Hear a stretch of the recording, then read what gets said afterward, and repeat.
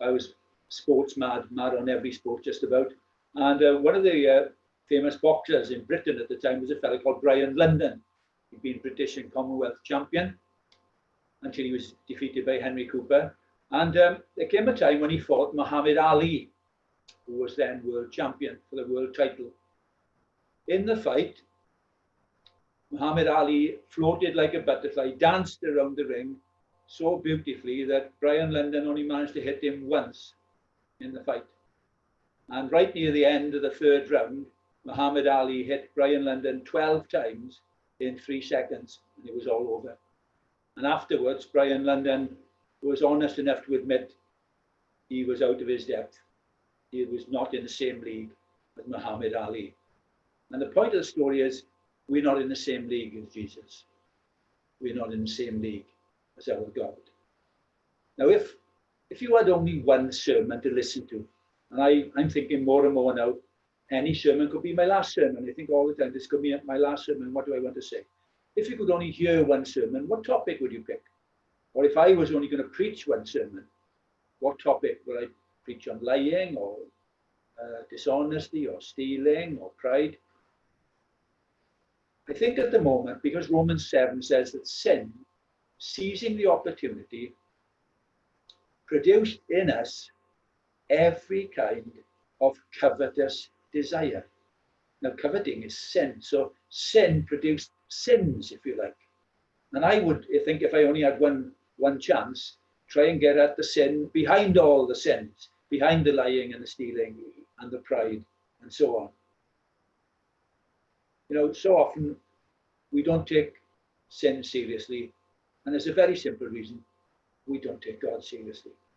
It is, sadly, that straightforward. So at the moment, I would pick this big word, righteousness, where Jesus said, when the Spirit comes, he'll convict us with regard to righteousness because I go to my Father. Now, I preached on this once about 15 or 16 years ago. I don't think I've ever heard anybody else preach on it. I don't think so.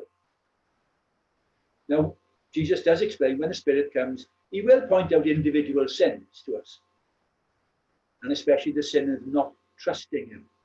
We just sang now, trust in you alone, especially the sin of not trusting him. But my text says, he convict us of righteousness because, explains Jesus, I go to my Father, where you see me no longer. Now, if you sit in there, you could easily think, oh yeah, I get it, man, I get it.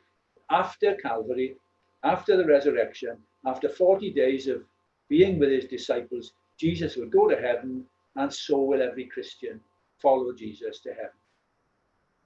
And that's not wrong, but when Jesus rose to heaven, we won't ascend like that. He ascended to sit on his throne by right. We sang the first song, great celebrations on that final day. When Jesus ascended, it was his homecoming, because he is righteous. Does he do righteous things? Yeah, he does.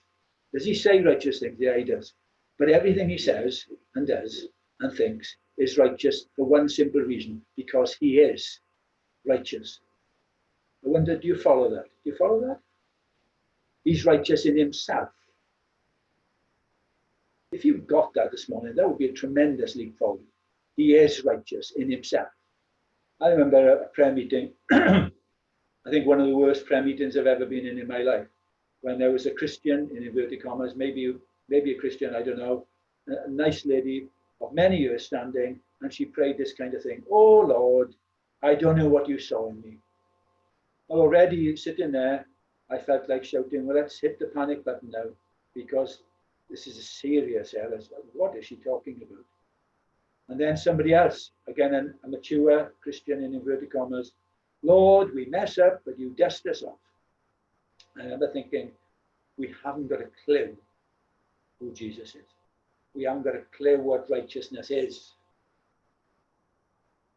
Again, when I was a kid, mad at sport, I remember the news, it shocked me that a footballer who played for Spurs and Scotland was struck by lightning and died. And what shocked me was I'd never been scared of lightning. Up to that point, it never bothered me at all. Now, in the 16th century, Martin Luther had a bit more sense than me. He was scared of lightning. He was found himself in a storm. He was so terrified that he blurted out some prayer to St. Anne, who obviously couldn't do anything because she's dead. But he prayed some prayer to St. Anne and decided he was going to work his way to heaven and joined a monastery. Faith plus works would get him justified before God. That was his thinking. And then his ordination day came. Packed cathedral. Imagine all the family there, relatives, friends, big day. And Brother Martin, Brother Martin, the Augustinian monk now, his ordination. It's his first mass he's going to do on his own. And there he is, this fellow who's trained as a lawyer, eloquent, intelligent. He freezes. He can't say a single word. His family is so embarrassed as they look on. His lips just seem to be moving, but he's just not able to have the confidence to say anything. And the problem was the phrase, the righteousness of God. He later said, I hated that phrase. He hated it because he knew whatever righteousness was, he didn't have it. He knew he didn't have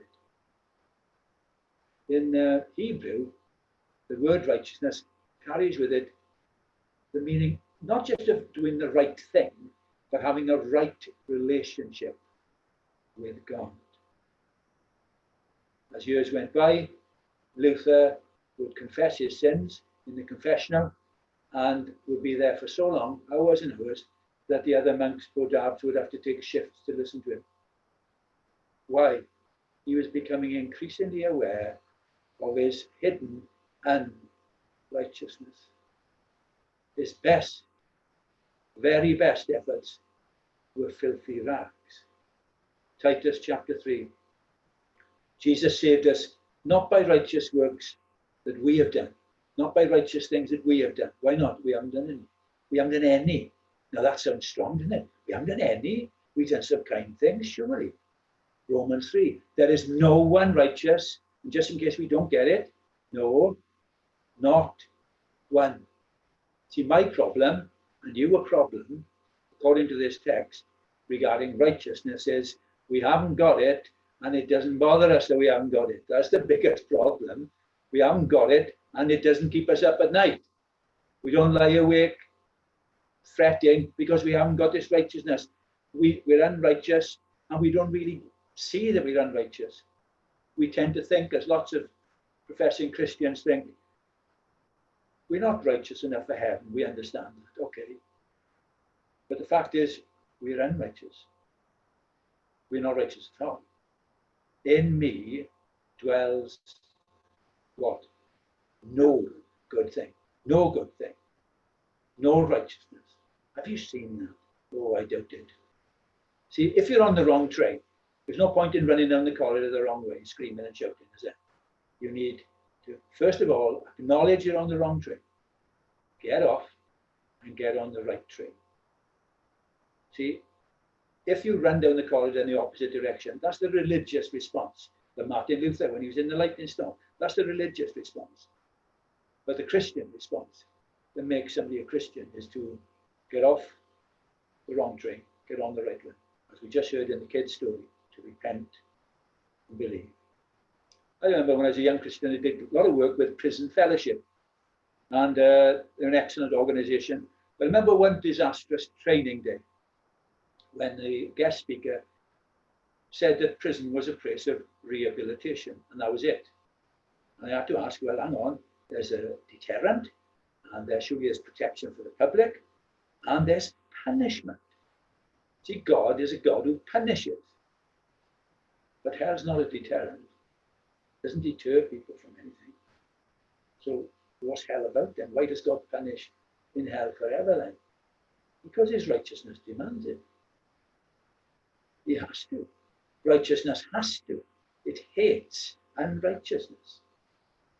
It's just like if you get a blob of sodium and you plonk it on water, you're guaranteed an explosive reaction.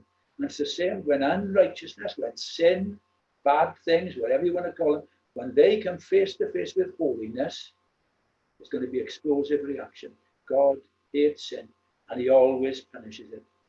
And that was the issue in Romans 3, if you remember. Paul anticipates an argument, well, hang on, hasn't God overlooked sin in the past? Hasn't he let people off the hook? And so Jesus is presented as a propitiation, as an atoning sacrifice. What for? God did this to demonstrate his justice. In other words, heaven and earth must see his righteousness. Have you any idea how righteous he is?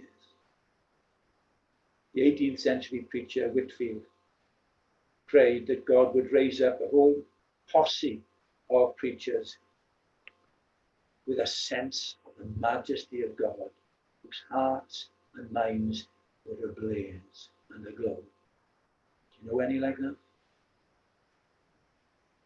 See, in my experience of church life, Christian fellowship, if I point out even a small mistake, a small error, a small sin, if you like, in the life of a Christian, almost always they don't like it. They may pout. In some cases, I've lost friends permanently.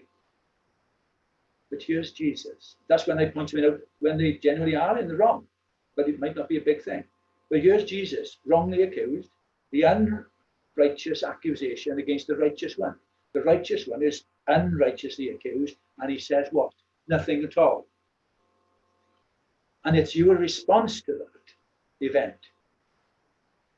It's your response to the most cruel event in human history that will decide where you spend eternity. Do you remember Leah Betts and Claire Pierce? I remember their names, 1995 and 96. They were teenagers in a party with their friends. Everybody was drinking. Come on, they said, go on. Then everybody was taking these little tablets called ecstasy. Go on. We're all doing it. And of course, Leah Betts and Claire Pierce, on separate occasions, separate parties, they took the ecstasy tablet and they died. Now, it's a long time ago, and you probably don't remember the names. I don't blame you if you've forgotten their names. Do you think their parents have forgotten? Do you think their parents just shrugged their shoulders and said, oh, never mind, cheer up? Do you think God the Father can forget the day his righteous Son hung on a tree, suspended between heaven and earth? Do you think God the Father can forget? 1 Peter 3, Christ died for sins once for all, the righteous for the unrighteous, to bring us to God. See, I read just yesterday in Revelation 10 where the Christian there has this scroll, and as he goes in his mouth, it tastes nice, and then it's horrible in the stomach. And there's good news and bad news. That's what it's about. What's the good news? God is righteous. What's the bad news? God is righteous. That's the thing, you see. He's righteous. That's good news and bad news. It depends what reaction you have to the cross. I need a righteousness as good as God's. That's why Luther kept failing. He knew he couldn't measure up to any standard. But wonderfully, I need a righteousness as good as God's. And Romans chapter 1, for in the gospel, a righteousness from God is revealed, a righteousness that is by faith from first to last. Righteous will live by faith. What an offer. What an offer. God made him who had no sin to be sin for us, so that in him we might become what? The righteousness of God. Do you get it? You got it? What a gospel. What a Saviour. And you will respond, wherever that is now. God will never forget your response. He'll never forget how you responded to his Son. I remember somebody saying at my baptism, coming up to me and talking afterwards, and just saying this. I know it's a bit sentimental, but it stayed with me. They just come up and they said, I asked Jesus, how much do you love me? And he spread out his hands and died. What is your response to the gospel? What is your response right now to the Lord Jesus Christ?